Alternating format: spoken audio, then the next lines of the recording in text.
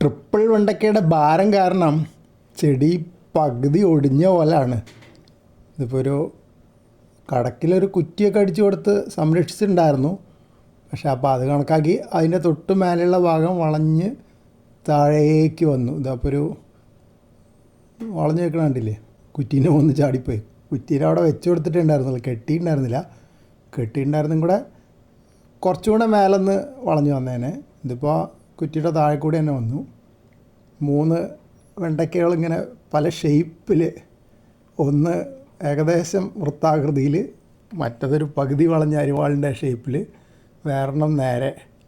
എന്നാൽ പിന്നെ പറിച്ചെടുത്ത് വെണ്ടച്ചെടിയുടെ ഭാരം ഒഴിവാക്കാൻ നോക്കിയപ്പോഴാണ് ഈ പ്രശ്നം. കണ്ടില്ലേ, ആ ട്രിപ്പിൾ വെണ്ടയ്ക്കയുടെ ഞെട്ടി വെണ്ടച്ചെടിയുടെ ബാക്കി ഭാഗമായിട്ട് ഒട്ടിപ്പിടിച്ചിരിക്കുകയാണ്. മുകളിലേക്ക് അതിനൊരു 3 പൂമൊട്ടുകളും കൂടി ഉണ്ട്.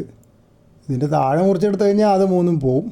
വളരെ ശ്രദ്ധിച്ച് ആ ട്രിപ്പിൾ വെണ്ടയ്ക്കയുടെ ഞെട്ടി വേർപ്പെടുത്തിയെടുത്തു. അപ്പോൾ മേലേക്കുള്ളതിൻ്റെ ഭാഗത്ത് തൊലിയൊക്കെ പോയിട്ടുണ്ട്.